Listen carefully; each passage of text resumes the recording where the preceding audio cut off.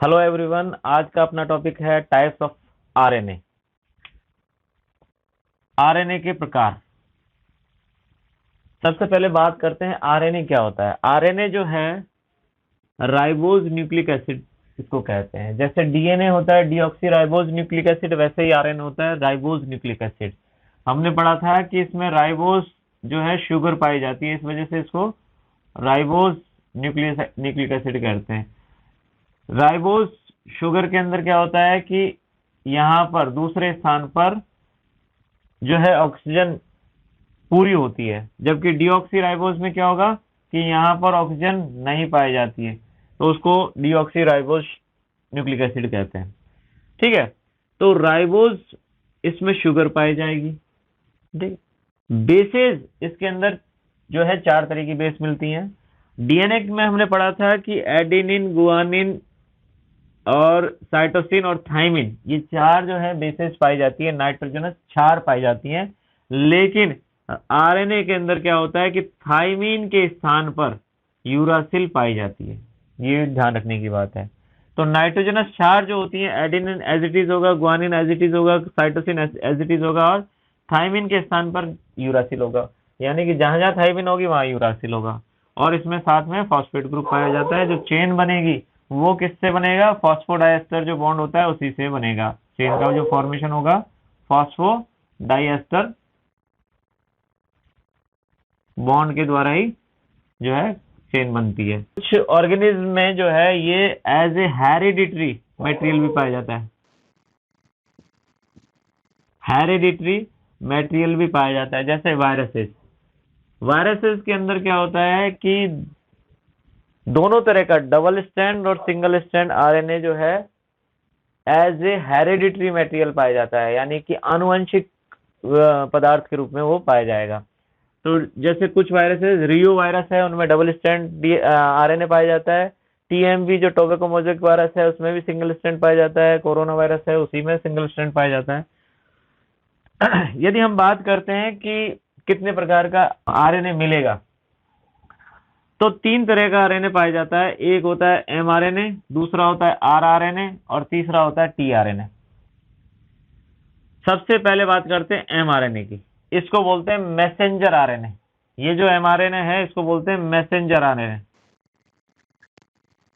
Messenger RNA, messenger का मतलब क्या होता है? इसमें मैसेज छुपा होता है।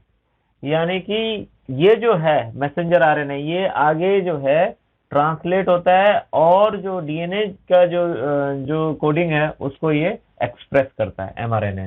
यानी कि डीएनए में जो कोडिंग होगी वो प्रोटीन के रूप में एक्सप्रेस के लिए ये जो है मैसेंजर का काम करता है। ठीक है, ये जो एमआरएनए होता है ये लीनियर होता है, यानी कि सीधा होगा, धागेनुमा होगा। पूरे कुल मिला के जो आरएनए है उसका लगभग 10% जो है टोटल आरएनए ये एमआरएनए सेल के अंदर पाया जाता है। इसके अंदर जेनेटिक इंफॉर्मेशन जो है ये कैरी करके रखता है। जेनेटिक इंफॉर्मेशन जैसे मैंने बताया कि इसको मैसेंजर आरएनए कह रहे हैं, तो ये जो है डीएनए क्या होगा, न्यूक्लियस के अंदर डीएनए ट्रांसक्राइब होता है, ट्रांसक्राइब होगा डीएनए, और ये जो है ट्रांसक्राइब होकर एमआरएनए का निर्माण करता है न्यूक्लियस के अंदर, केंद्रक के अंदर ही। और वहां पर ये एमआरएनए की प्रोसेसिंग होती है। एमआरएनए जो है न्यूक्लियस से बाहर आता है साइटोप्लाज्म में, और साइटोप्लाज्म में आने के बाद टीआरएनए राइबोसोम के साथ मिलकर यह है ट्रांसलेशन करता है या प्रोटीन का निर्माण करता है। ट्रांसलेशन की जो प्रोसेस है उसके द्वारा ये क्या करता है, प्रोटीन का निर्माण करता है। तो ये जो डीएनए है इसमें जो जेनेटिक इंफॉर्मेशन है उसको ये कैरी करता है, और ये जो है प्रोटीन के रूप में साइटोप्लाज्म में एक्सप्रेस होता है। ठीक है, ये जो है ट्रांसक्राइब होता है, पहले एमआरएनए बनाता है, फिर उसके बाद ट्रांसलेट होकर प्रोटीन का निर्माण करता है। कुछ जो एमआरएनए है वो क्या करते हैं कि प्रोटीन के साथ कॉम्प्लेक्स या एसोसिएट हो जाते हैं, यानी कि वो प्रोटीन के साथ एक कॉम्प्लेक्स बना लेते हैं और उसको बोलते हैं राइबोन्यूक्लियोप्रोटीन कॉम्प्लेक्स। ये जो राइबोन्यूक्लियोप्रोटीन कॉम्प्लेक्स है इनको स्पायरिन नामक साइंटिस्ट ने क्या कहा था, इनफॉर्मोसोम्स कहा था। इनको जो है इनफॉर्मोसोम्स कहा था। इनफॉर्मोसोम्स क्यों कहा था? क्या होता है कि जो एम्ब्रियोनिक सेल होती है, एम्ब्रियोनिक सेल के अंदर जब डिवीजन होते हैं उस दौरान ऑर्गेनोजेनेसिस तक, जब अंगों का निर्माण जो होने वाली प्रोसेस होती है उससे पहले तक जो है एमआरएनए का सिंथेसिस नहीं होता है सेल के अंदर। तो एमआरएनए जब सिंथेसिस नहीं होगा तो प्रोटीन का निर्माण कैसे होगा? तो क्या होगा कि डिवीजन से पहले ही एमआरएनए जो है बना लिए जाते हैं। जिन जिन प्रोटीन का निर्माण करना है आगे ऑर्गेनोजेनेसिस से पहले पहले, उन उन प्रोटीन्स के एमआरएनए पहले ही बना लिए जाते हैं। और वो जो प्रोटीन है वो वो जो एमआरएनए का निर्माण कर लिया जाता है, और वो जो एमआरएनए है वो प्रोटीन के साथ कॉम्प्लेक्स बना लेते हैं, उनको बोलते हैं राइबो न्यूक्लियो प्रोटीन कॉम्प्लेक्स, और इन्हीं को इन्फॉर्मोसोम्स कहते हैं। और यही इन्फॉर्मोसोम आगे जाके जो है प्रोटीन का सिंथेसिस करते हैं। जब एमआरएनए का सिंथेसिस नहीं हो रहा होता है उस दौरान ये जो इन्फॉर्मोसोम्स हैं ये जो है प्रोटीन का सिंथेसिस करते हैं। तो ये था हमारा एमआरएनए। अब आते हैं आरएनए। अब बात करते हैं आरआरएनए की। आरआरएनए जो है इसको बोलते हैं राइबोसोमल आरएनए। इसको बोला जाता है राइबोसोमल आरएनए।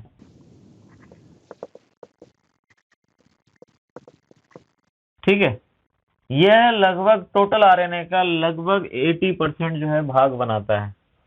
क्या होता है, यूकैरियोटिक कोशिकाओं के अंदर तीन तरह के जो है इसके जो सब यूनिट्स होती हैं। एक होती है 28S, 5S और 18S। 20S और 5S जो होती है वो 60S सब यूनिट बनाते हैं। किसकी? राइबोसोम की। देखो राइबोसोम जो होता है हमारा वो यूकैरियोट्स में ATS टाइप का होता है। ATS का मतलब होता है कि इसमें जो S है वो सेडिमेंटेशन रेट की इकाई है, जिसको श्वेडबर्ग यूनिट कहते हैं। ठीक है, तो ये श्वेडबर्ग यूनिट है, ATS टाइप की है। जब सेडिमेंटेशन करते हैं ना तो उसमें क्या है कि टेस्ट ट्यूब जो है उस टेस्ट ट्यूब के अंदर अलग अलग बैंड बनते हैं। जो जितना भारी मॉलिक्यूल होगा वो उतना नीचे की तरफ जाएगा, और जितना जो भारी हल्का मॉलिक्यूल होगा वो ऊपर की तरफ बैंड बनाएगा।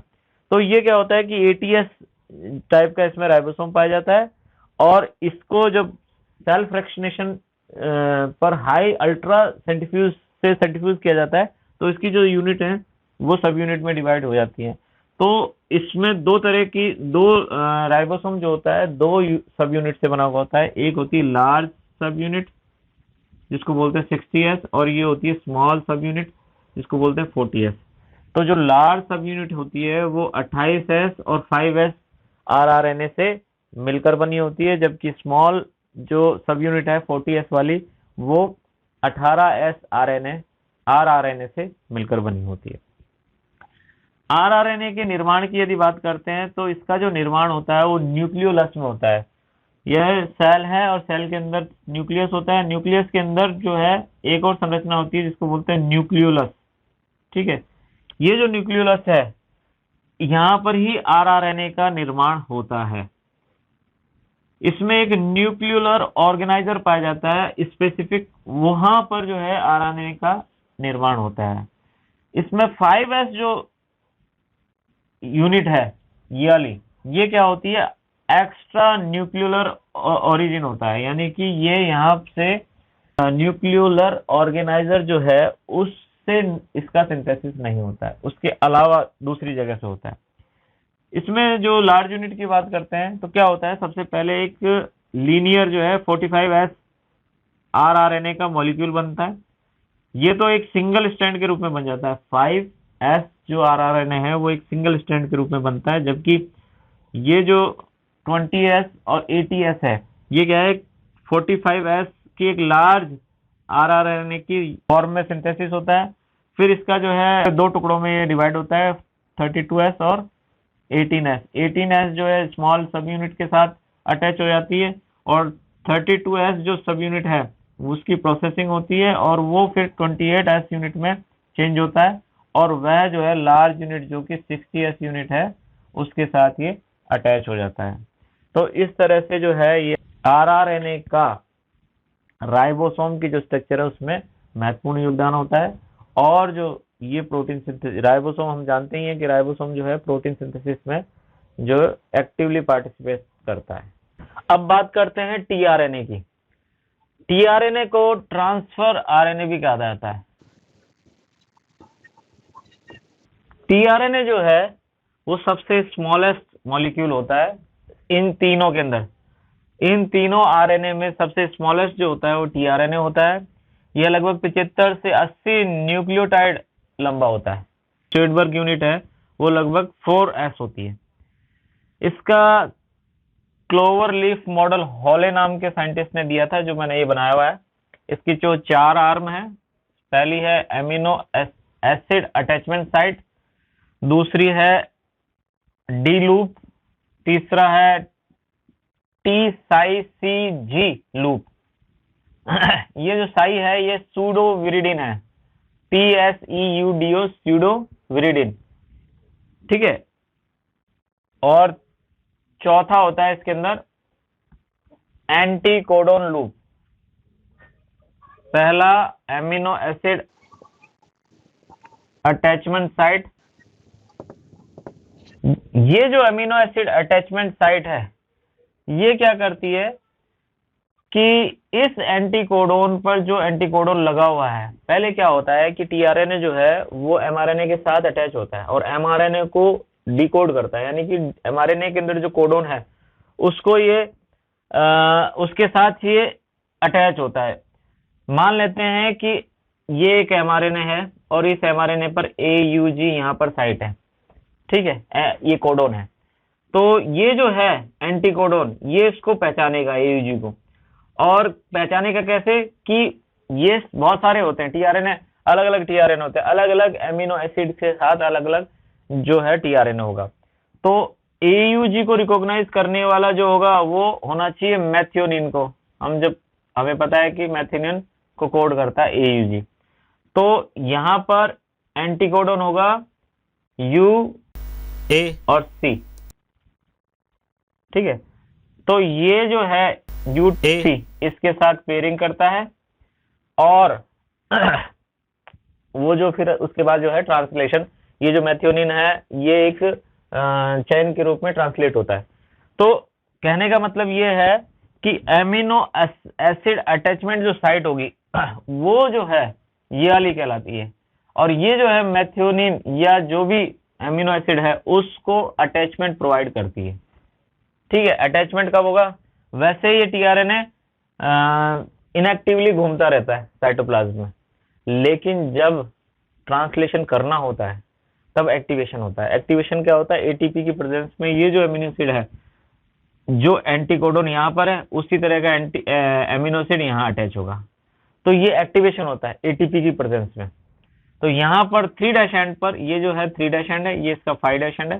तो जो 3' एंड है वहां पर जो भी कंसर्न एमिनो एसिड है वो उस पर अटैच होता है, तो इसलिए इसको कहते हैं एमिनो एसिड अटैचमेंट साइट।